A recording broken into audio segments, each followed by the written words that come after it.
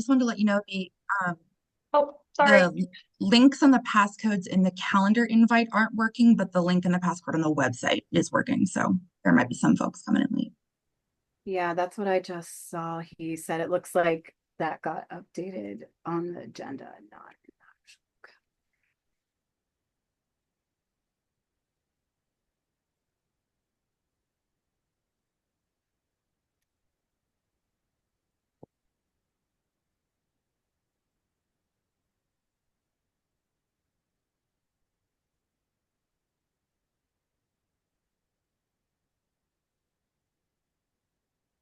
Well, we talked about getting started right at 11 o'clock. You can go. So I think what I will go ahead and do is kick us off. We've got just quick round of little brief pieces to start with. So thanks everybody for joining, and sorry for the little bit of a hiccup and getting folks in, but we'll get everybody in here very shortly. You should have received the meeting materials via email. Hopefully you had a chance to take a look through those. And I'm just going to go ahead and call to order the meeting today here at 11:03, 11:04, and start off with a land acknowledgement. And in the past, we've had folks sort of do a shout out of where they're at with the land acknowledgement. I'm going to go ahead and do a land acknowledgement that is specific to all of us since we represent the state of Oregon.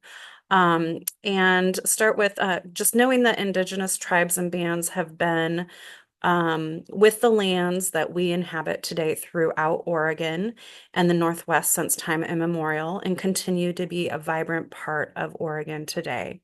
We would like to express our respect to the First Peoples of this land and the 9 federally recognized tribes of Oregon: the Burns-Paiute Tribe, the Confederated Tribes of Coos, the Lower Umpqua and Sislaw Indians, Confederated Tribes of Grand Ronde, Confederated Tribes of Siletz Indians, Confederated Tribes of the Umatilla Indian Reservation, Confederated Tribes of the Warm Springs Reservation, the Coquille Indian Tribe, the Cow Creek Band of the Umpqua Tribes of Indians, and the Klamath Tribes.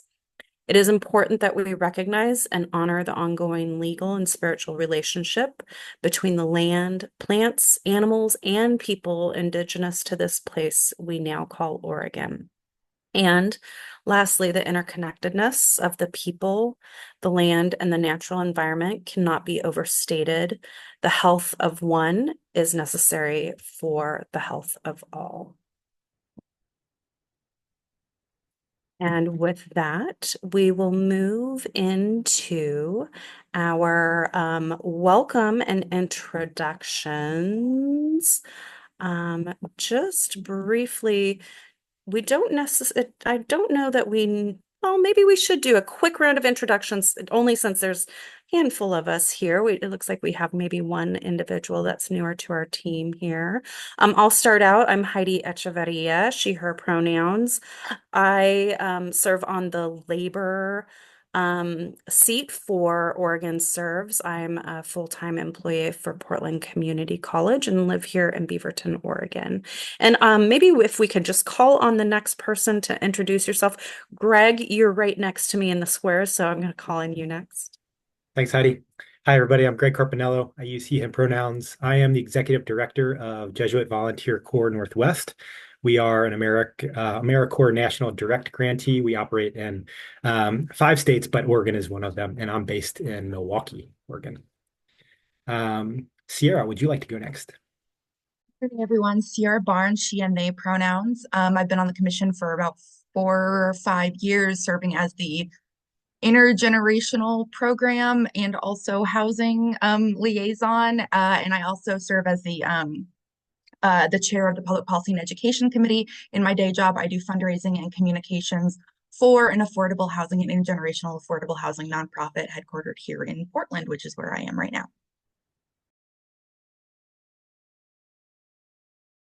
Sorry, Jayesh.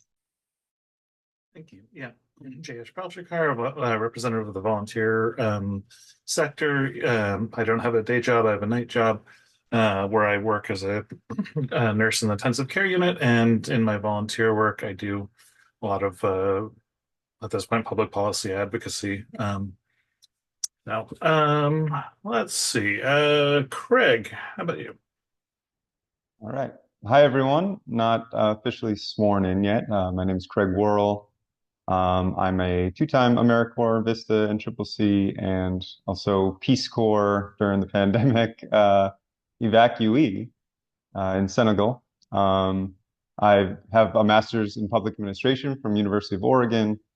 Have been very active in Lane County and Portland area and far beyond internationally as well in service work, sitting on boards at United Way and different food service boards and starting up for food service programs around the state and different tech access programs, access to broadband and things like that. So thanks for having me. Hope to be getting more and more involved as I figure out what's going on.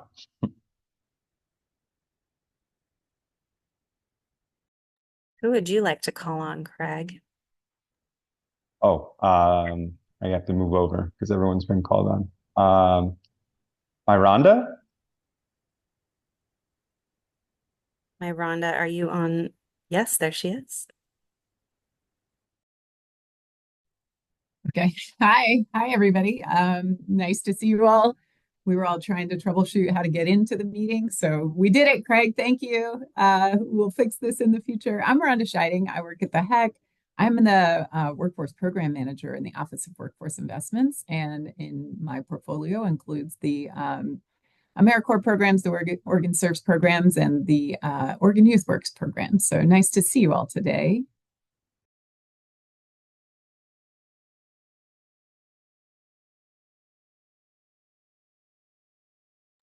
You're muted, Heidi. Gonna say, Priscilla, do you want to share next real quick? If you're online or if you can hear us. If not, CM, if you want to jump in, quick introduction. Hi, CM. Folks, happy Friday. I'm CM. My pronouns are she or they is great. I don't exactly know what all we're supposed to say, but I work at Western Oregon University, and you saw in the chat that I'm in kind of the final stages of getting everything in my head and like in my luggage for leaving to go with students to a deaf-blind retreat. I have no idea what else we're supposed to say, but all of you said lovely things. So yes, I'm a sign language interpreter, and I train interpreters in working with people who are deafblind by day. And I am also on the Oregon Humanities Board, and I'm a city councilor. Blah blah. Great to see you all. Good to see you. Thanks for being here, Sam. Priscilla, Thanks. I saw maybe you unmuted. Maybe you can introduce yourself. If not, we'll have Jared jump in.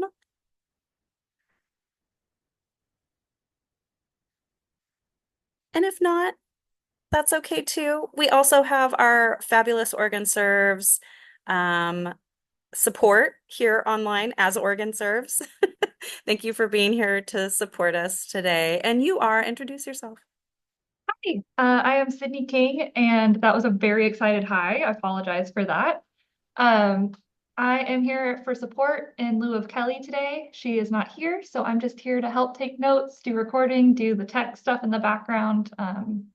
Hopefully goes smoother going forward. Thanks. And hello, Priscilla. Good to see you. Just a quick introduction. Wonderful. No worries. Thank you for putting it in the chat. Okay, I just mute myself. We're going to do a quick overview of the agenda and jump on in. We're doing things just a little tiny bit. Do you mind if I introduce myself really quick? Sure, go ahead, Carrie. Hi. Carrie, you need no introduction. Like,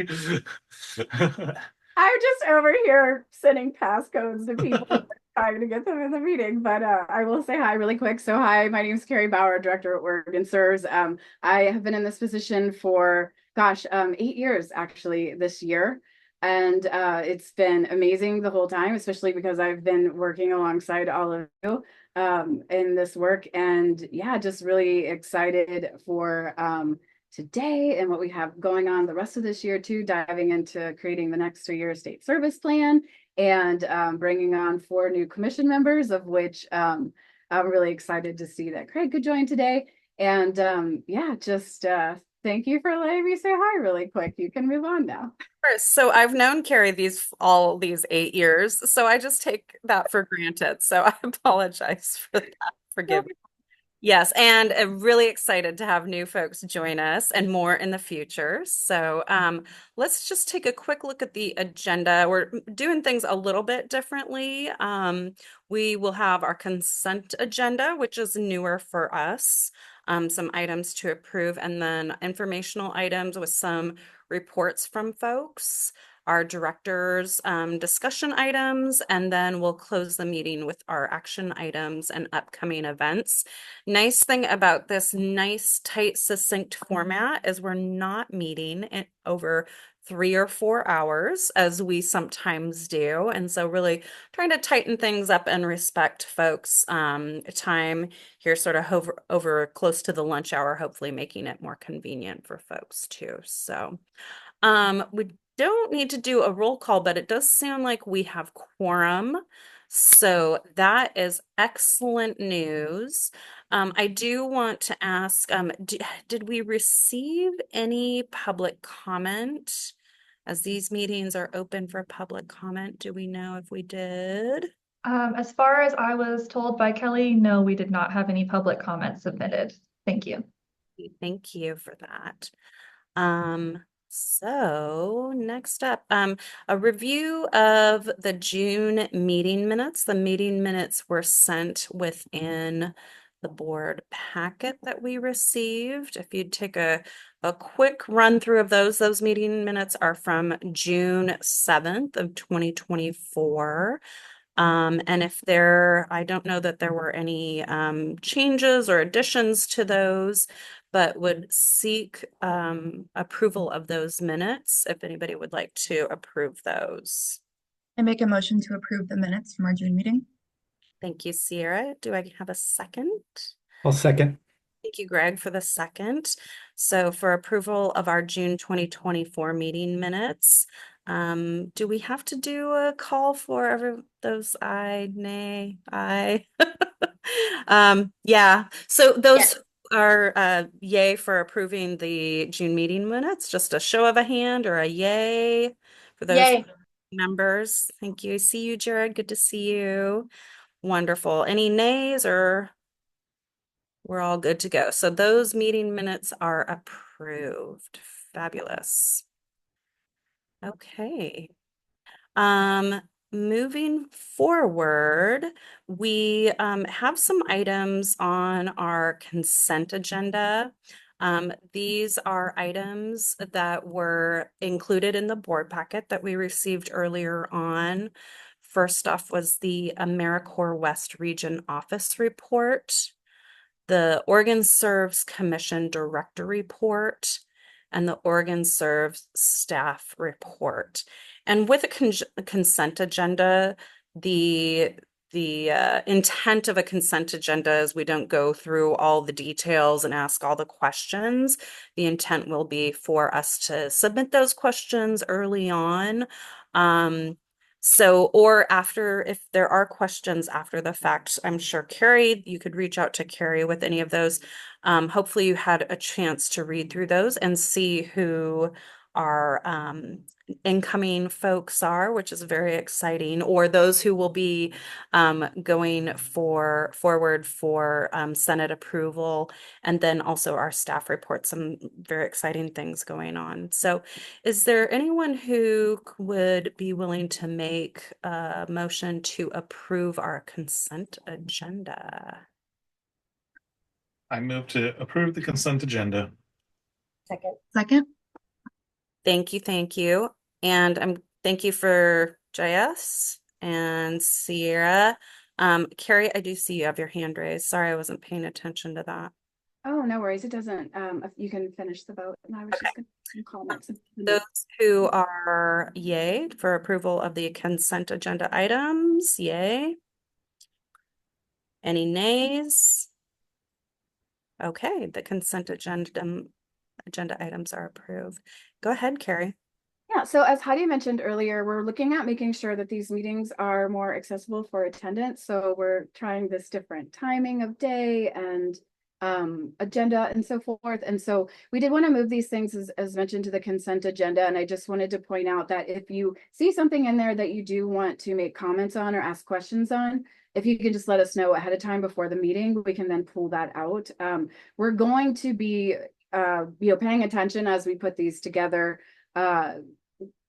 to think about what should be in there and shouldn't. So, if there is something that we want to give an update on, but we don't want it to be in a report, we'll make sure to put it in as a regular agenda item. But you might see something that you also, think meets that criteria that we hadn't pulled out. So please just let us know. I wanted to share the template that the staff reports are on is a little bit new. We didn't always have every staff kind of give an update of kind of what was going on with them or be able to share out any challenge they're facing or maybe some requests that they might have. And so we wanted to give a space for all staff to be able to do that. But not have too many documents. So we just have sort of this short template now that we're going to use that everybody's going to fill out and, fill out the prompts of things that they think that you would want to know, they would want to share. That way, you're just kind of hearing like more big picture and the full cycle of what's going on with programming and so forth. This is our first time using it, so we'll probably, it'll probably improve what we put in there. And then my template is going to be actually more structured to report out on the strategic goals and align with the areas of the state service plan. I didn't do that for this one, but you'll see that for the next one. So just to let you know that I'm going to be doing that a little bit differently too, so that I can help just kind of show people where we're at rather than, maybe like quarterly or annually kind of updates on progress that you're going to get that like every single meeting so that we can know where we're at on strategic goals as we're moving along. So just wanted to mention that really quick. Thank you. And with no further ado, we're going to move into informational items. And Carrie, if you want to jump into governance, that would be great. Governance, it sounds so intense, right? So what this is, wanted to give some updates on a couple of things. One, elections. We do need to vote on a chair and vice chair. And we'd like to do that next meeting so that for the October meeting, which is our longer meeting, our annual meeting, and we'll be digging in a little bit more into the planning for state service plan development and so forth. We've got that leadership in place for those processes that are coming up. And so we would vote on that, as I said, in September. I do have a couple of people interested, people who are also in their last terms with the commission or last years with the commission. If anybody else is interested, please reach out to me and let me know within the next 2 weeks. Reach out if you have any questions about what the role is, the expectations, the time commitment. This does generally involve, facilitating the meetings, but also can include presentations to the legislature. It can include other sort of representative functions. And so if you're interested and you have any questions about that or eligibility, please reach out to me in the next 2 weeks. And then the expectation would be that I would have that slate ready for the September meeting. Anything, quick comments on that right now? The other thing I wanted to talk about is just lobbying really quick. So I put in the packet some new documentation that had come out from the Office of Appointments at the governor's office, and really good information. Definitely take a look at it. I know probably people who have been recently appointed probably did receive this, but I'm not sure if they just sent it out to all existing current commission and board members. So I wanted to make sure that you got it. Definitely take a look. As an appointee of the governor's office and with serving with the commission, you are held to those restrictions around, lobbying and advocacy. But there's also some additional nuances that go with that because of being part of the HEC or being part of, of a state service commission and related to AmeriCorps and so forth. And so I just wanted to take a second to sort of contextualize it a little bit and refresh everybody's memory and just make sure that there's some clarity on what those restrictions are. So essentially, as a state service commission member, we are tasked by state statute to make recommendations for essentially policy and legislative concepts that support the work of the State Service Commission that promotes and expands and supports our goals to address volunteer needs, national service needs, civic engagement needs in the state. We put those forth. We put budget recommendations forth. If they do not move forward into the governor's office's budget, we as employees and then as commission members, we can't continue to move forward on those things in our roles. But as a commission member, you can do things like make an education visit in your role, advocate or lobby in your role. But you can do a lot of things as a private citizen. You can attend a town hall or go to a meeting with an elected official. But the distinction there is that you do want to be transparent about why you're there and who you are. So you could say something like, I'm here to share an opinion on this or give information about this as a private citizen, but I am informed on this topic because of my role on this commission, et cetera. So there's just a little bit of a distinction around when you can, in your role, discuss certain things and how you have to discuss those. If the commission board did decide that they still wanted to, advocate for something that did not get included in the budget or the legislative concepts, that is something that you could choose to do as a board, but you do risk your appointment status actually, because we are all serving at the pleasure of the governor. And so that is essentially, where we're being told we can't move forward on something, we're expected to adhere to that. But as I said, that doesn't mean that it's taking away your capabilities as a private citizen. There's just a real distinction between what you can do with your title and role and what you can't. And I know that sounds a little slightly messy. It's like it has some gray areas to it, but I wanted to just sort of explain that because in the documentation, it talks a little bit about using your title for, endorsements with elections and stuff like that. That's probably not really what comes up a lot for this group. It is more around we're meeting with elected officials to tell them about the amazing things going on, with the AmeriCorps volunteerism or whatnot.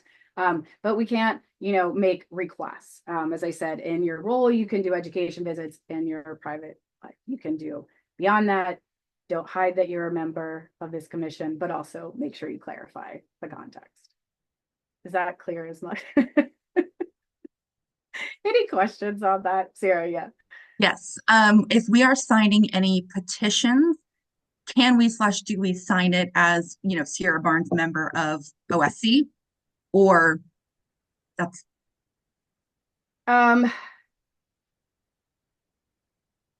I generally advise to lean on the caution of, so I have a separate, like in my private life, I have a separate email that's obviously like not related to this work that I would use for that.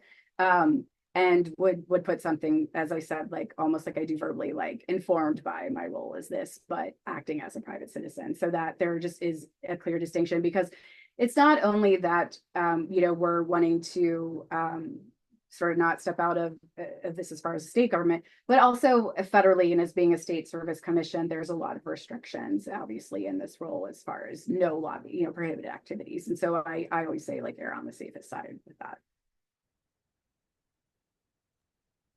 Thank you for that update. Very important update. Any additional questions for Carrie before we move into our next agenda item? Not okay. Miranda, you are up and off deck, emerging collaborations and the Climate Corps Oregon update. Thanks, Heidi. Okay, so just a quick briefing, and I'll put a link or two in the chat for you. So the American Climate Corps is a big initiative that just launched this year from the federal government. And the week that it launched, we happen to be, I think, in DC, right, Carrie? Were we in? I don't know. It's all been a blur this year. But I think we were in DC, so it was a pretty big deal. Likely. I feel like we've been there a lot. Yeah. We've Well, been we back have and forth quite a few times just to continue learning and growing and bringing this stuff back to Oregon. So I put the link in the chat. It is supported by the president. It is supported by our Ask organization. And as we've been learning about this, I sat in a few sessions at some of the symposiums and other professional development and heard other states talking about what they are doing for American Climate Corps and what Climate Corps looks like in their state. And there are some really great examples out there of what states are doing.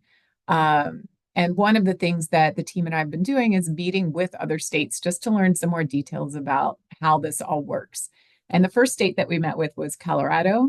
And Colorado has an amazing climate action network that they work on throughout the state. Their AmeriCorps programs are positioned within their governor's office, so they are very well positioned to be very influential.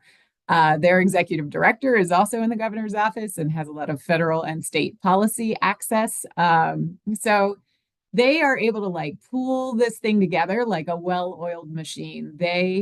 But one of the things that sparked when I first met with them at the symposium last year in DC was they are leveraging their partnership with their conservation corps in their state and pulling those, like the AmeriCorps programs and the Conservation Corps programs together to do more effective recruitment for programs, to create more workforce pathways for youth and adults, and to create a more seamless workforce development system. So this really like sparked for me as I was new to this position and new to learning about AmeriCorps and service learning and all of that. And another piece of this is that they talked about AmeriCorps isn't just a gap year, right? Like this is a career builder. This is an opportunity for growth. This is an opportunity for resume building, skill development, learning about the world, learning about the communities, all of the things, right? So these things have really sparked with me, and I saw it as an opportunity to do more effective alignment within the Office of Workforce Investments because I have the Conservation Corps in my portfolio. I have the Youth Corps in my portfolio. I have other youth employment initiatives in my portfolio. So how do we bring these things together? And we really see this as a place where we can do that, right? And as we've met with Colorado, we met with Michigan, we met with Maine, and we have a few others that we're still like just feeling out how they pull this all together.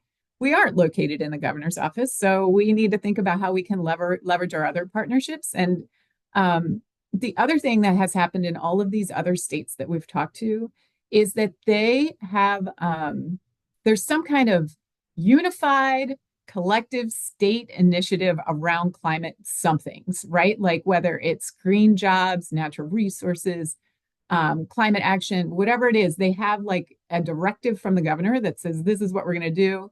And then they seem to also be able to convene around that. So we don't really have that kind of relationship, and we're not really positioned that way. So what we're doing is a scan of what other agencies and organizations across the state are looking into these types of things. And how can we just have some shared knowledge and some shared like conversations around what is needed. But at the core of everything is we just need better alignment in our office, and we can do this, right? We need to have more conversations about where we're going, how to bring our grantees together, and things like that. So as we're moving forward and continuing to learn about this, we just want to be well positioned in a place of alignment, like I said, but also in a place of if there could be funding for this at some point, like then that kind of primes us as an organization statewide wise, and then also positions our grantees and programs and partners to be ready for anything that could be coming. And there could be nothing, and that's fine. It's pretty unfunded right now. A lot of folks that got this launched in other states used ARPA money to fund staff and fund programs and things like that. So we're kind of beyond that chapter of funding. So that's where we are right now. It's a continued conversation. If you have questions, I'm totally open to it. If you have suggestions, I'm totally open to that too. We're meeting monthly with all of my team folks just to talk about this. and think about where we're going. And the first thing that we are starting to do is to have some trainings that both our AmeriCorps grantees can attend and our YouthWorks grantees can attend. So we're looking at training calendars and thinking about where there's some shared learning that could happen and where there can be some exhibitions of like what people are doing to move this kind of programming forward throughout the state. So that's where we are right now. Thank you, Miranda. Are there any questions? Or Carrie, did you have something to add? I was just going to ask, is there any opportunity, or do you foresee that there might be in the future, knowing like that we've got some people that are, doing like climate action work and so forth on the board and their jobs at various nonprofits or in other national service programs, that they might be able to join like any future meetings or committees or work groups or anything? Of course, yes. Again, this is just a little tiny baby right now, and we're like holding it tightly and just trying to make sure that we're holding the neck, right? Like, so we're not at a place to do bigger convenings. But as we get into this, one of the things that we have heard is this is something other states do. And again, it's easier for them to convene folks around this because they have a directive that says, here, do this, like either pull these agencies together or pull these programs together. But what we're seeing is a pretty low entry best practice is just pulling the people that we know together to have conversations about it. So yes, that's a definite next step once we like can just firm up our plan a little bit more.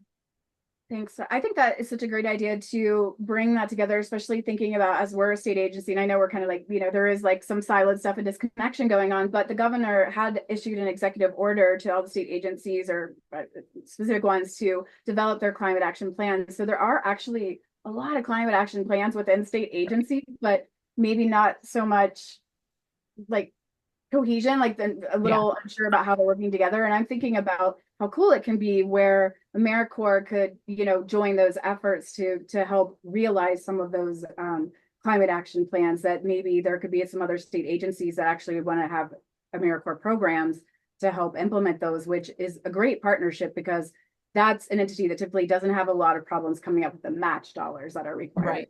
Right. And then it's a great entryway for, potential future local government employment. So I think AmeriCorps kind of coming in to like kind of bring some of that together is really cool.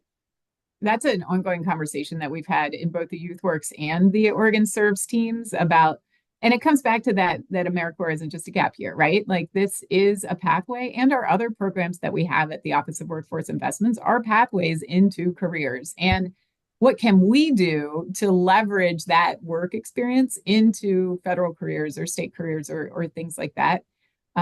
We're talking about this. I could go on and on about it because it's pretty interesting, but it's also, there's a lot of technicalities involved with that, but it's something we've been talking about too in both teams. So we're going to try and have these conversations together and see how we can do this, right? That what does a plan look like for youth in Oregon who is interested in natural resources or interested in green jobs or things like that, right? Like how can we kind of plot that course for them and make sure that they have the information they need to be able to make those connections into where they're going with their career or for future education or whatever.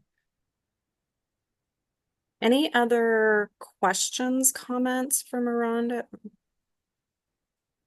I'm happy, Miranda, to hear that you have some other state, folks to connect with, get some ideas from. Clearly, they've got it more together. Well, they've been working on it longer, right? And the pathway into it has been different. We're seeing what other people are doing. We're like, wait a minute, we could do that too. So we're opportunistic about it. I can't wait to see this baby grow into a toddler and a young adult, and wonderful analogy there. So thank you. It is the case with California volunteers, Colorado, et cetera. It is a little bit of a leg up when you're out at the governor's office, but we can get there. We can get that. Thank you. Wonderful. So moving ahead, and we'll look forward to updates as things progress. Thank you, Miranda. Kyra has joined us today from Ask. Thank you for being here today to share a little bit about federal appropriations. So we're happy to have you here. And where are you joining us from? I'm joining from Eugene today. So I'm actually on the West Coast today. Yes, very, very exciting. So, yeah. So thank you, Heidi, for the invitation to be here today, and pleased to be able to share a federal appropriations update with you. It's not necessarily the best news in the world, I'm going to be honest with you, but still I think it's important that you are fully aware of what's happening and also opportunities for you to help us educate members of Congress about the importance of AmeriCorps, particularly in Oregon. So I do have a few slides, if that's okay for me to, let me try to share. If I can, oh, yep, it's working, yay. Wonderful, so let me just pull these up. Looks good. Awesome. We can see it as not in presentation mode, but we can see them. Yeah, now it's in presentation. Perfect, perfect. So again, I know I've met many of you, but just for context, again, my name is Kyra Esgate. I'm the Chief Executive Officer for America's Service Commissions, or ASC. We are your national membership association, and so we help serve and support the 52 state and territorial service commissions across the country. And as was mentioned, I'm actually a native Oregonian, and I live in Eugene. So it's always nice to be able to connect with the Oregon Commission, just given where I live and where I'm from. So again, we want to talk a little bit about the current federal appropriations process. So I want to give you a little bit of context on FY24. So just as a reminder that the federal fiscal year runs October 1st of every year through September 30th. So we are on the tail end of the FY24 budget year. So again, the FY24 appropriations process funded the AmeriCorps programs that are launching right now. So any of your programs that are launching in the fall or have already launched this summer, those programs have been funded by FY24 funding.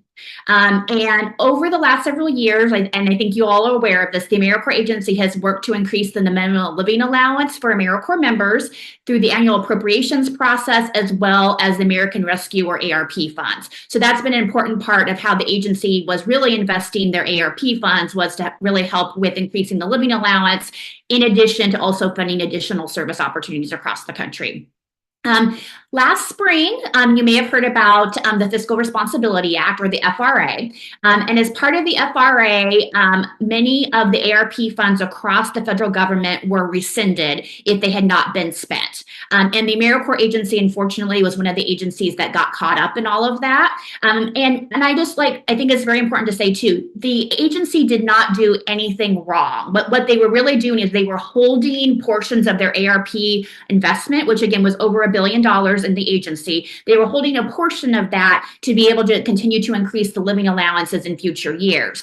But unfortunately, there was about $70 million that had been set aside for that purpose that was rescinded because it had not been spent yet. And so that created a crisis of sorts, because all of a sudden now the agency didn't have money for that purpose. So as a result of that rescission that happened last summer, it is anticipated that a minimum of 30,000 AmeriCorps positions across the country will be cut for this upcoming program year.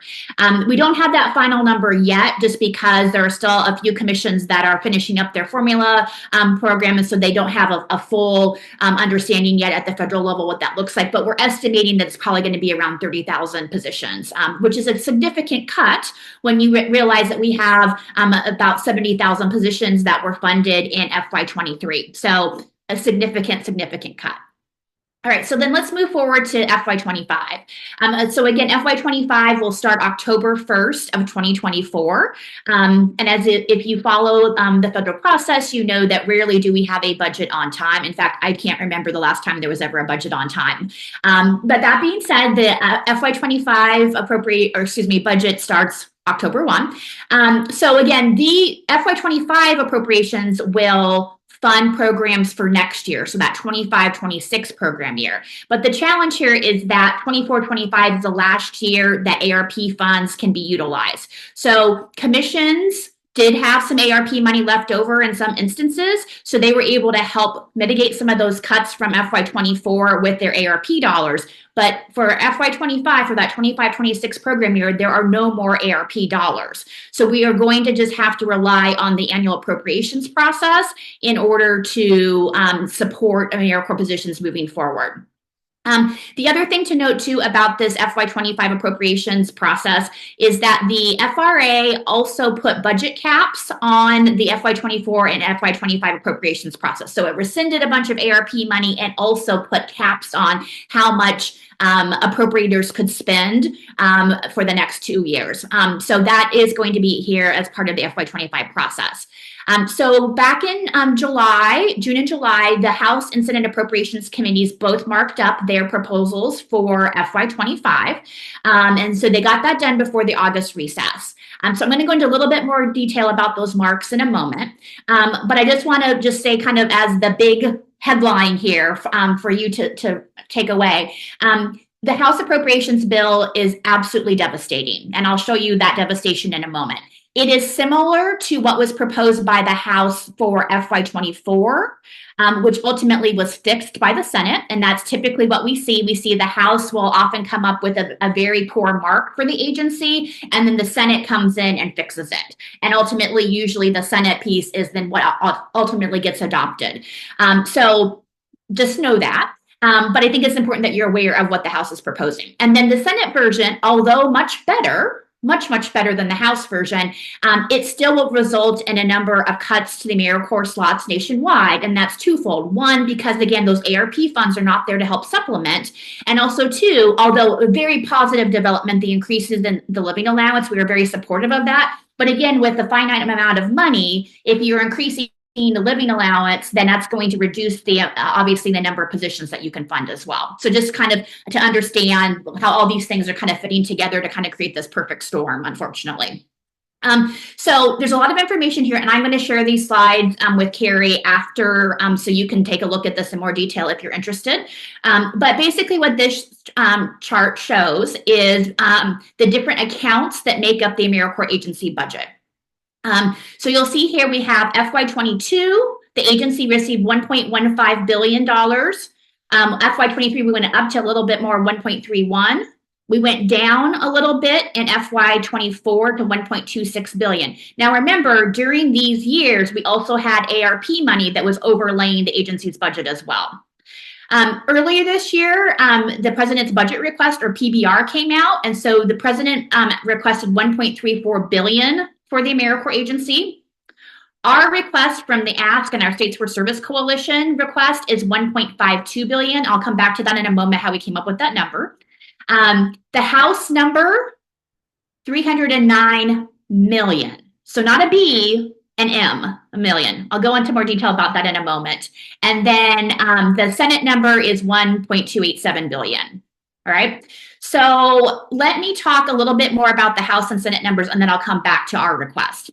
All right. So basically what the House is proposing to do is they're looking to streamline, is what they would call the agency. And they're justifying this based on some perceived management issues of the agency, as well as other audits that have been done.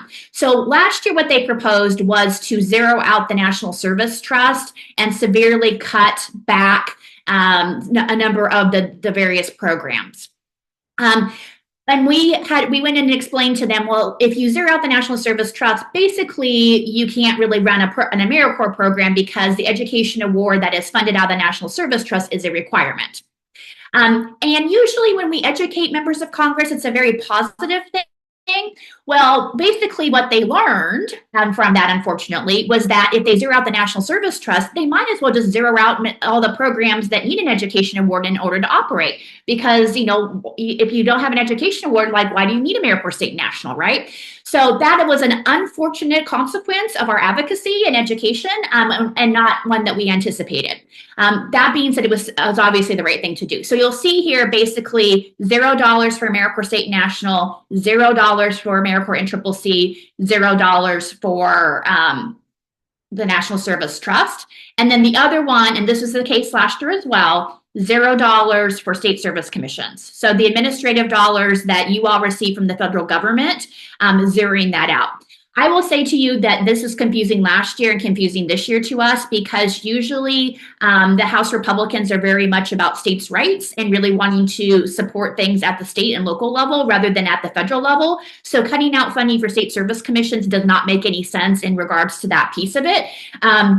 But that's what they've done, and that's what they've continued to do in their proposal. So again, you see here, for the most part, kind of flat funding for the remaining programs of the agency. So VISTA would continue, the senior core programs would continue, Volunteer Generation Fund would continue, and some others pieces here. Also reduced funding for the AmeriCorps agency staff. But again, that's a huge, when you cut out AmeriCorps State and National, it obviously drops your number down considerably. So the Senate numbers are, in essence, they are flat funding from FY24, except for an increase in the AmeriCorps State and National line item here. So we went from 557 million to 592 million. So given the budget caps that are in place, we feel good that the Senate put in additional money for AmeriCorps State and National. The problem is unfortunately, there's not going to be enough money again because ARP is gone. Right. And with that continuing increase in the living allowance, which again is a good thing, we are expecting that there probably will be another 10 to 20,000 slots for AmeriCorps that may be lost if we don't get this number up even higher. So right now we're working with the AmeriCorps agency to calculate those projections about how many additional slots will be lost, but it is going to be significant. And so I think it's something, again, for you as a commission to be aware of as you're thinking about your grant making for the future. The last thing I'll just say again about on this chart is, again, our States for Service Coalition request. That $805 million, I know seems like a big number when you kind of look across the board. The reasoning for that number on our part, though, is basically that would fund the increase in the member living allowances and the number of slots that we had back in FY23. So we basically have calculated if we want to have 70,000 slots in AmeriCorps State and National, and of course, honor these increases in the living allowance, we need about $805 million in order to do that. So just so you know kind of where that came from, because we don't want to be going backwards in the number of slots. We want to be maintaining the number of slots and or increasing it, right? And so that's the important part of the equation there. Before I move on, are there any questions regarding these numbers? I'm going to talk a little bit more about what's next with everyone, but I just wanted to see if there were any questions. Kyra, I have a quick question, and maybe this comes later, we can talk about it on another date, but are there things that you need from the commission or that we could be doing? I mean, I'm worried about the House, and are there ways that we can advocate with our House members here in the state of Oregon, or are they fairly supportive and it's other states that aren't as supportive? Because I have a feeling this will be an issue likely next year and into additional fiscal years. Like, we're going to continue to see this. So what type of advocacy work we can do with our own state representatives? Heidi, that's actually my last slide. So if you don't mind holding on for a little bit. No, I mean, it's an awesome question, and I'm so glad that you asked it, because there are things that you can do and we would request you to do. But yeah. And do other folks have questions up to this point? This is CM. I don't have a question about the appropriations, but I do have a question. You hinted at something about the management, and that might have something to do with the overall reduction. Is that anything you can say more about? Of course, of course. So the AmeriCorps agency has had a number of unqualified audits. So they do get, as a federal agency, they do get audited by the Office of Inspector General each year. Unfortunately, for the last several years, the OIG's office has basically said, we can't figure out your books. They don't make any sense. And they basically have to put an unqualified audit out there. And usually with every unqualified audit that they do, you will have like a set of 75 to 90 recommended actions from the agency. And the agency is working through those, I will say to their credit, particularly under this administration's leadership. But unfortunately, it takes a while for them to do that. And so this is something that basically the OIG shares, the Office of Inspector General shares this with Congress every year. And basically, it's come to a point now where the House Republicans have said, we don't think that we should be funding this agency anymore until you basically can get all of that figured out. So that's kind of where it comes from. Hopefully that answered your question. Thank you. something about how the NSCHC process has pushed us into a high risk category so that we're having to go through the payment integrity evaluation every single year? I know as a commission, that's been handed down to us every year for the last 3 or 4 years as well. Correct. So it is ASK's opinion that the way that the agency is requiring criminal history checks to be done is more extensive than what is required by statute. And as a result of that, there are a lot of non-compliant findings and disallowances for grants. And basically the agency is required to document that. So it's kind of a problem of their own doing to a certain degree. And then further, they include in the testing basically these disallowances. Again, that is a choice they made as an agency. They're not required to do that, which also makes it look like there are a lot more disallowed payments than actually we think is reality. And so that also, again, is one of those things where they're not helping themselves, again, in our opinion. And we've shared that feedback with them. We think that there's an easier way for them to do that, would also mitigate risk in the field and also mitigate risk for the agency. But at the same time, it's something from a management perspective, they have chosen not to change at this point in time. And part of the reason for that is that they feel that if they change the criminal history check process, that they will take some hits in Congress about people saying that they're not prioritizing safety. And so there's that kind of back and forth on that as well. Any additional questions? We'll keep moving forward, and we have plenty of time for you, so feel free. No need to rush. I appreciate that. I don't want to bust your agenda. I have a tendency to do that. We just give Carrie a little less speaking time. She can take it. And with my speed talk all the time. Yeah, no worries. We had some logging in at the beginning issues anyways, so we're a little behind, but we can fit it in. This is really important, so we want to give it a lot of time. Oh, for sure. And I actually don't have that many slides left because I really wanted to just focus on FY25. Although if there is time, I would like to make a comment about the American Climate Corps stuff as well. So FY25 appropriations next steps. So right now, Congress is on recess. The infamous August recess is occurring. So everyone's back in their districts. And Congress will return the full week after the Labor Day holiday. And so when they return, the focus will be on passing a continuing resolution or a CR before the end of the federal fiscal year, which again is September 30th. So basically, again, with the CR, they basically will be punting the appropriations process down the road. So we do not expect for Congress. So basically they'll be back in September and then they'll go out again in October to run for re-election. Particularly obviously members of the House that are up for re-election every 2 years. And then certainly there are a number of senators that are up for re-election as well.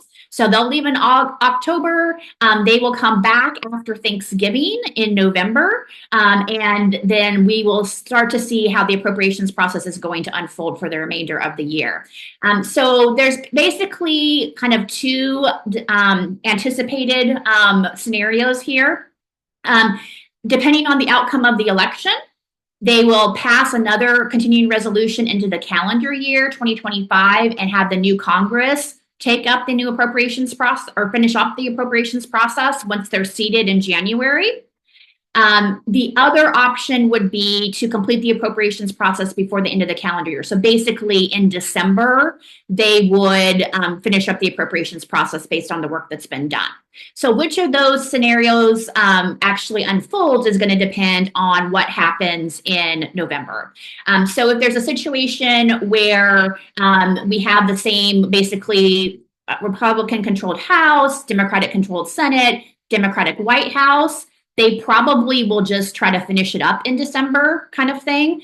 But if we have a rearrangement of any of those particular things, there may be a desire to kick it to the new Congress because perhaps, for example, if the Democrats were to take control of the House and the Republicans took control of the Senate, basically flipped, there might be a decision to really want to weigh in and prioritize appropriations differently than what the current Congress is doing. So again, we're just going to have to see kind of what happens in November with the House, the Senate, and the White House, who is controlling those three entities.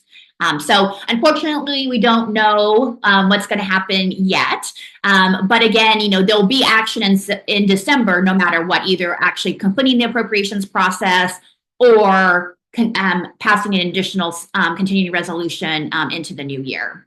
And if that happens, if we do have a CR into the new year and the new Congress, we probably won't see any appropriations bill finalized until probably at least February or March, because again, new Congress coming in January, they need to get themselves organized and then actually take all this work up. So just to give you a sense of that, it could really drag on into the upcoming calendar year based on what happens in November. Okay. And so Heidi, this is in response to your question. So I've kind of referred to it already, and some of you I think are aware, but ASK does have what we call our States for Service Coalition, or S4S, you might see out there. And this is our membership-based public policy coalition. So what States for Service does, it's basically kind of our visual separation for ASK to make sure that when we're doing advocacy work, that we're really making sure that we're protecting the ASK brand and all of our budget and our programming. So we have States for Service that is actually our advocacy arm. And so as States for Service, we provide training, advocacy support for the National Service Advocates. So that can include monthly briefing calls that members can participate in. We also put together advocacy campaigns, whether those be email campaigns or phone campaigns that you can participate in as an individual or as an organization. And then we also provide public policy coaching to think about public policy strategy within your particular state or locality. So that's something that we all do as part of the States for Service Coalition. The other thing that we've just added as well is for our States for Service members is our National Service Advocacy Academy. It's something I'm really, really excited about, and I'm proud that we were finally able to bring this to fruition. So basically, it is a program that takes you about 4 to 5 hours to complete. It's all online. And after you complete it, you actually get a certificate in National Service Advocacy as well. And so the content talks about just kind of understanding the basics of advocacy, what that looks like, and also then gives you a detailed background about National Service Advocacy in particular over the years, just so that you have some context for that as well. So that, again, that's something that if you're interested in, and if you're a member of States for Service Coalition, then you can actually access that. And you'll see here our membership levels that we have here. So a commission can join. Some commissions join as well as pay for all their programs to be members of the coalition. Programs can join on their own, individuals, and then also alumni and young professionals. There's a special rate of $25 to join for the year. Carrie, I see your hand up. Thanks, Cara. A quick question. So we do have a commission membership with funds that are not related to match or AmeriCorps, anything therein, to be clear. But I would like to talk further at some point around sort of how we can participate appropriately, or how really board members could participate appropriately. But because we have that membership, are you saying that anyone on the commission board could sign up to do the National Service Academy, Advocacy Academy, because of that membership? That's a great question. So we do limit that for a commission. So you can have, I believe it's 3, I'll double check the number for you, but I believe it's 3 individuals from your organization per year could do. So, so you could rotate it through if you wanted to that way. So yeah, we didn't want to put it wide open to everybody kind of thing. But again, yeah, you can have 3 per year. So yeah. Commission board members, that's not related to if any programs or members or anything like that. That's not part of our 3. That is correct. Yeah. So if you have a program in the state that is a member of States for Service, then they have their own number too that they can have. Actually, I think I'll double check. I think maybe commissions are 5 and programs are 3. So we do for a program too, we do provide multiple opportunities. It's not just one person for the program. So I'll double check those numbers and get back to you this afternoon. I should know that, but I can't recall. The other thing I would just say too is that, and some of you I think have participated in this. One of the other things that we do every spring after the president's budget request comes out is we have what we call our commissioner sign-on letter. And with the commissioner sign-on letter, basically we ask commissioners across the country. It's a letter that talks about the importance of AmeriCorps and investing in AmeriCorps, the agency, and all the programs. And then we have commissioners attach their name to that. And then we use that as an advocacy tool when we go into have meetings where basically, if we're meeting with a member in Oregon, like we would flip to the page where all the Oregon names are and be like, here are the people in your state that are supporting this specifically. And we found that that's been a valuable piece as well. Just because, they may recognize one of your names, right? Like they may know you for some reason. And so to see you that you're affiliated with that is always a positive thing too. But specifically, so I think States for Service Coalition getting involved in this is one thing that you certainly can do, and certainly helping to support any of our advocacy campaigns that we're doing. Again, as Carrie said earlier, kind of on your own time as a private citizen, that's very appropriate. The other thing I would just say too is, to the degree that you all can be meeting with and educating members of the Oregon delegation about national service, generally they are very supportive of national service, but there's always, the more that they know about what the commission and the programs are up to, the better. I think that that's really important. So that can look like, doing meetings in DC, doing meetings at the district offices, inviting members of the delegation to swearing in ceremonies, graduations, doing site visits, like helping to organize those types of things is super, super helpful. Again, I don't worry much about the Oregon delegation not supporting us, but at the same time, like you never want to take things for granted either, right? And things can shift for sure. And I think go ahead, Heidi. I mean, we have a couple new folks in the delegation. Like we know we have supporters, but just informing and educating new folks that are serving here in the near future who have started serving would be good for us to consider. So maybe Carrie, for a future meeting for us to consider that and talk about who those folks are and how we can manage to do that.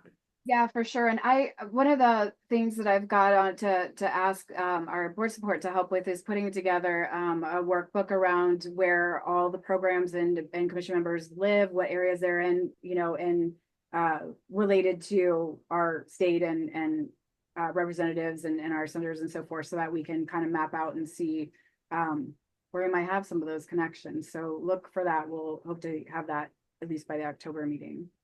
And I think the state policy directory that comes from that. That's great. That's great.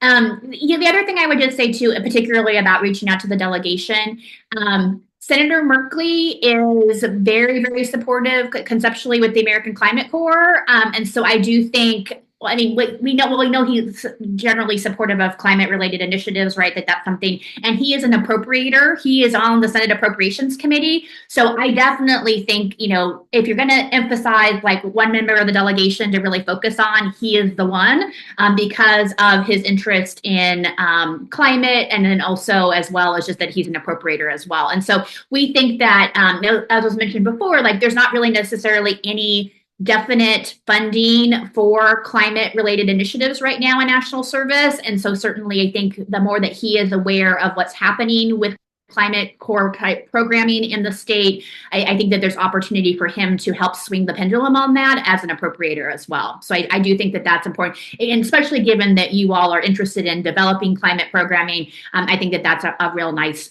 tie-in as well. Yeah, I'm glad you brought that up. I don't know that I've given you the specific update since we last talked about the invite for the ed visit, but timing didn't really work out. But we are going to do that same ed visit during Hill Day in a couple of weeks. But in particular, we have a program that is working in communities historically under-resourced and connecting them to electric vehicle resources, rebates, all of those types of things. It's a program in Portland through Metropolitan Family Service. And Senator Merkley is very passionate about electric vehicles. He's sponsored a few bills. He's got one out there right now. I don't know if it's moving anywhere, but I know that that's a large interest. And I think sharing, about that kind of work that's happening in the area is great. And I appreciate what you said about, even though if people are really supportive, still letting them know what's going on in their state, because there are new programs, just like the electric vehicle one, that someone like the senator or others might not know about, that they want to have that in their back pocket as an example of great work being done. And so we want to keep them updated on what's happening in their area, even if we know that, they're always going to support that. Well, and I think the other thing I would just say too, and why ongoing kind of education and developing that relationship is important, is that if there's ever a time where something is like going very south, right? Like already having a relationship with the delegation and being able to weigh in and be like, hey, this is problematic, right? Like we need you to understand why, especially, and I think on like the House side, like, for the Republicans on the delegation to understand like, hey, I don't know if you see how these pieces are fitting together, even though they may be supportive, they may not realize necessarily what's happening. So I do think that that's really important as well. Thank you. This was so informative. Any last minute questions? Daniel's hands. Daniel, hi. I see your hand now. Hi, just a point of clarification. Does the Climate Corps live within the AmeriCorps state and national program budget line item, or where does it live within the agency? Great question. So right now there is not a direct appropriation for the Climate Corps. The president has proposed one, but it has not come to fruition yet. So right now, any Climate Corps type programming is funded out of AmeriCorps State and National. And in addition to that, I would say that the agency is working on developing partnerships with other federal agencies to help fund Climate Corps type programming. So for example, you may have heard about the Forest Corps that was just launched this summer. And that is actually being operated out of the NCCC campus in Sacramento. But there's special funding that came from the Forest Service that went to the agency and that they're using to fund the Forest Corps. So there's a lot of different things that are happening in trying to get other federal agencies to fund this work around Climate Corps. It's kind of slow rolling out, but right now there is not a direct appropriation from Congress specifically earmarked for the Climate Corps. Gotcha. And is that similar to those partnerships? Is that similar to like the Public Health Corps? I don't know if that's Oregon specific or across the nation, but I think that's a cross-agency partnership as well. That is correct. Yes. So the Public Health AmeriCorps program was funded nationally by the Centers for Disease Control. So basically, they gave several $100 million to the AmeriCorps agency that then used that money to put out to support those Public Health AmeriCorps members. So that's something that we're really encouraging the agency to do more of that type of work. And so that's what we're hoping with other federal agencies around climate-related initiatives, that they will do that. The other thing I should just note quickly too is just that, I think certainly ASK is very supportive of developing further Climate Corps programming across the country. But Climate Corps is not exactly popular with a lot of people too. So I think that one of the things in the House, the explanatory statement that came with the House appropriations markup talked about making sure that Climate Corps does not get funded. Like that was something that they were very specific about and called out in their language. And often when we are talking about Climate Corps type programming in other states, particularly red states, we talk about resiliency, we talk about disaster response. We don't use the word climate.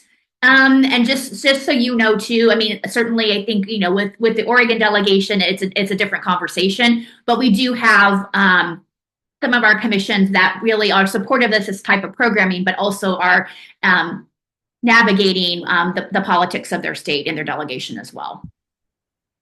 Thank you. Carrie, I see your hand as well. Yeah, sorry, I just have one more question. And then I would just mention, we do actually like some of our programs that work in rural areas, they do use some different languages and terms to make sure they can still have those conversations. But I wanted to just quickly ask, hopefully you didn't speak on this and I missed it, but just for clarity, the Fiscal Responsibility Act is just for 24 and 25 fiscal years, correct? Correct. Is there an automated renewal that happens? Is there something talk about that continuing, or is there a chance that this is just a dip where we're just going to have to deal with this for a couple of years and then things could potentially go back to normal as far as not having the same cap? Because I'm thinking, I'm thinking ahead of the iteration of the living stipend increases and what their planning would be if they are knowing that hey, we only have to put up with this for 1 more year or something, or if that's where that. Yeah, great question, Carrie. It will depend on what happens in November. So depending on who has control of the House and Senate, they may decide to put some additional budget caps in place for FY26 and beyond. Depending on who's in control, they might say, you know what, we're going to spend money and we're not too worried about it, kind of thing, right? Like, so it's just really going to depend. So unfortunately, I can't give you like a good scenario there. And often as well, depending on what is the composition between the House, the Senate, and the White House in regards to party. You may see a situation where the White House basically cuts a long-term budget deal with the House and Senate because that's what they feel like they need to do to get a budget passed. And so again, those dynamics are going to depend on who controls each of those three pieces. Because for example, President Obama, he cut a long-term, I believe it was a 9-year budget cap deal with Congress when he was president, and there were some real hard things about that. They would come in every year and kind of try to fix it a little bit, but I mean, again, that was a long-term budget deal that was done to really try to help reduce the deficit. I don't know that the next White House will do that. Again, it will depend on who is in the White House as well. So, good question, but we won't really be able to project that until we see what happens in November. So plan for the worst, just in case, because then it can get better. I know that's a very simple way of looking at it, but it is pretty drastic. And thinking about that many members that will not be members any longer. I mean, that's close to half of the federally membership, 30,000. So thank you so much for being here, Kyra. This is so informative, having been on this commission for a while. Like, this was great. Good to hear, good to know what we can do individually and as a commission as well. And to your question also, Shanika, I missed it. Is it here in the chat? Or if somebody wants to chime in. Shanika, you have a question? Oh, no, I was responding back to Daniel's question that he posed to Carrie. Oh, okay. I see what you're saying. So Carrie, to clarify, did you state that we as a commission have a membership? Yes. Yes. Something that I think we should talk about further and get a public policy committee meeting scheduled and talk about that further, utilization of that. I think we've got a few folks that would be interested. But thank you, Kyra. We look forward to seeing and hearing from you again. Glad you're here in the great state of Oregon. We are lucky folks here in Oregon, comparative to some of our colleagues across the nation too. So thanks for the work you do. You're welcome to stick around because we're going to hear all things from Carrie now. Carrie, we're going to shift to your director's report, updates and review. That was in the consent agenda, so I'm just going to do. Oh, yes, your discussion items. Yeah, let me pull it up. I was looking at September's agenda. For updates, the board book, and to review process for policy proposals. Yeah, and this is just, I don't think a lot of discussion is going to happen right now. So it's a little bit more informational too, but it's a bit of just kind of planting the seed for future discussion.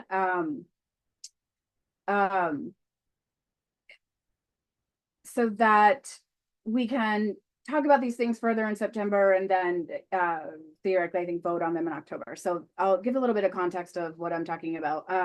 So we had through the DEI work group, there had been recommendations made for looking at, just our processes and really talking about how we implement our DEIA, directives and values and apply the DEI lens of state of Oregon and of the HAC.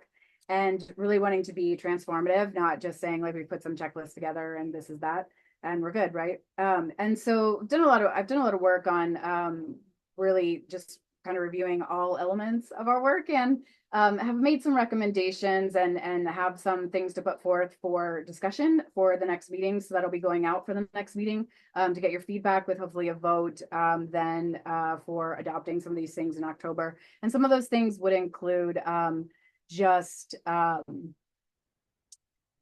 sort of like committee structures, goals of committees, charters. I'd like to propose some changes to membership insofar as like ex officio roles and technical advisor roles and so forth, so that we can increase, diversity of representation on the commission board, while also providing opportunities for people who maybe can't fully participate or be able to partner with other governor's office, commission, and boards. There's, I think, 300 in the state. So just some work around that. And we'll also, there's some new rules that have come out that would affect our bylaws. So we'll put forth some revision suggestions there, mainly around the requirement now to record the meetings. The definitions really spelled out of what is a special meeting and what's an emergency meeting. There are some more processes in place for just holding boards and commissions accountable to making sure they're following those different rules. But one of the things that is going to be in the work that I'm going to be putting forth is a process for policy approval. So there's a couple of documents in the packet that are just my rough drafts. They don't have to end up looking like that, but it just was me visualizing, having some sort of tool to reference. And if you pull those up, there's 3 documents. There's one that would be for either maybe the Public Policy Committee or a staff member of OregonServes to say, I'm bringing this policy forward to the commission for approval, discussion and approval. And there's questions that they have to answer and document. And those are questions that are informed by, as I said, the DEIA lens from State of Oregon, actually 4 places, AmeriCorps, Ask, and HEC. And I can pull from all of that. And it's a way to be transparent about our process, but also walk people through those questions and really have them think it through, and think through what they're putting forth and the impact that it could have on others. There's another document that is, these aren't administrative rules, so we're not really doing like the public comment period, or it's not like with the Federal Register, where there's a big website to do that 30-day public comment. But if we're doing something that we could have up on our website, just a form for people to be able to fill out and submit and say, this is what I think about this policy. So for grantees or, anybody else that could be affected. And then the last document is just sort of the walk the board through thinking through the answers that have been given, the public feedback, questions to further ask of the person putting that forth. So it's a rough draft, as I said, right now, but it's to operationalize walking through those steps. So here's the conundrum. We are not quite sure which things should be affected by these documents. The background here, and again, this is just food for thought, planting the seed, dig into this further, but hopefully think about this for the next meeting. But I just wanted to get this ahead of you all, in front of you all. When we transitioned from Oregon Housing to then the governor's office for a year and then to the HEC, so we had 3 offices, 3 offices. I have 3 eGrants accounts now. And we landed at the HEC in 2018. We had around then, when we were planning all that work, some of you might remember that we're around then, we were having like monthly meetings. And because there was so much operational conversation happening, so much, stuff going on with all the like logistics and stuff. And the board had advised me to they really didn't need to hear about operational stuff, to think of bringing only high level stuff, etc., because, we would get in the weeds with some of that. But I think we need to revisit that. And I think we need to have a further discussion on what the criteria are for what policy should go before the board for consideration and approval. That's an old directive. I have staff ask me all the time, like, what goes to the board and what doesn't? And I can tell you that I feel pretty good about my gut feeling on that, but we need to be more transparent and have a process for that. And so that's a discussion I want to bring forward. And I thought sharing these documents today would kind of help ground, where I'm coming from, or connect to where I'm coming from, of why I think we need to have that question. not to belabor anything and create all of this, red tape, but to make sure that we're following a process that we feel good about and that represents our values, and that we're not making decisions internally that we should be including the public and the board and so forth, and including our partners. But we need to define that list. And again, not wanting to get into the weeds, but just there's certain things that, we should be clear about. So that's really what that is. Any quick questions? Thank you I appreciate that, Sarah. We have a handful of minutes for you to finish with your other item so we can wrap things up before 12:30. Is that we, as you know, are going to be starting a new state service plan development. So the state service plan is that is a federal directive for us. It's a really cool thing that we get to do as the State Service Commission for Oregon, where we articulate what the vision is for supporting and expanding and growing volunteerism, national service, and civic engagement in Oregon. So it's the roadmap for that. And our current one is coming to an end. And so we will be wanting to develop a new 3-year state service plan. I will be submitting a request for proposals to contracts on Monday. And what we're asking for in that process is that a consultant, contractor, or whatnot, that would walk us through and guide us through, facilitate us through the process of developing a 3-year state service plan that's representative of our diverse populations and focuses on reducing barriers to service.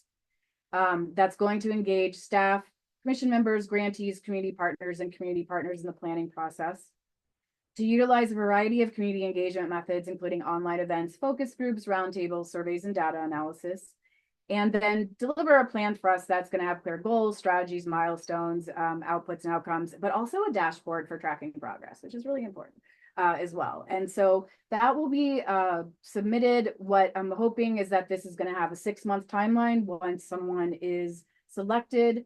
And what we're asking them to do again is essentially facilitate with we'll put together a steering committee that will involve board members and others, facilitate that planning and that process, nail down what those goals are, and then absorb, increase our capacity in this process by running those focus groups and designing those surveys and doing some of those community conversations, so that that can make sure that we have the capacity to be as inclusive as we're hoping to be. So just wanted to share that is what's happening, and we'll have time next meeting to talk about if there's anything people want to say, I really liked how we did this last time, or we didn't do this, or in my other job we did this, and let's try that. But what the real goal is for October meeting to hopefully have someone selected so that we can start meeting them and so forth. So I just wanted to share that that's what's going on, and that there will be some tasks and asks happening as far as people's different roles, how they can participate, networks they can help connect us to if they want to participate, in any community conversations or just anything like that. And I will, at the next meeting, September meeting, do a full agenda item. I'll probably do it earlier, so I have some more time, where I will run through the progress status on all of our strategic goals and where we're at with those, so that when we go into October, you have that information. That was a little differently on how I was planning to present it, but with time, I hope that was worth the wait. Any questions for Carrie before we move into it? Yeah, Daniel. Just really quickly, Carrie. So thanks for putting those policy proposal submission drafts. If I'm seeing it correctly, what I have in front of me are 3 different draft versions, if correct? Yeah. Is a staff or public policy committee person or somebody might fill out. One is the public comment, and one is the board's scorecard kind of document. Gotcha. Okay. And then what recommended action are you asking from the commission at the moment? Do you just want us to review it at the moment and consider it?